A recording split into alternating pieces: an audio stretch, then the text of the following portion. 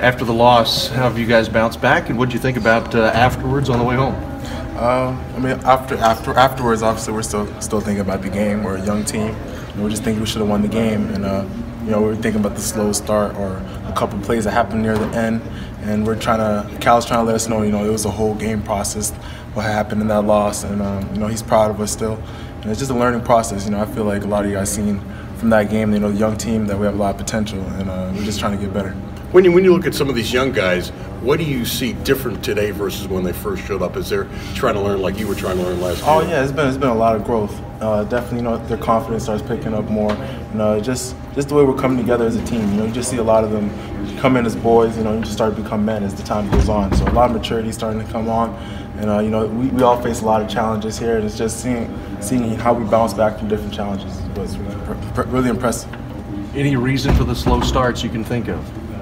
I mean, no reason in particular, man, but we can see the numbers, in the rebounding. When you're getting out-hustled on the boards, that obviously is going to play an effect in the game and the score there. So just things we got to clean up in there. Like, we can rebound. We're a good rebounding team. We just got to, keep putting our conscious effort there. You're used to Cal screaming when somebody rebounds with one hand. These freshmen, when he would start screaming about, not rebounding with one hand, were they going through a little culture shock? Maybe a little culture shock, but Cal, he emphasized since the first day we got on campus about one-handed rebounds. So he knows, we have habits, come from high school, reaching with the ball with one hand. We start to just see in games like this where you see how that really affects the game and has different changes. And when you reach for a rebound with one hand, you don't get it, as opposed to two, where you could have got it with two. That might have changed the outcome of the game. So just him emphasizing the importance of that is new to us. Cal said he has to be a leader for this team. He said he doesn't want to be, but he feels like he has to be.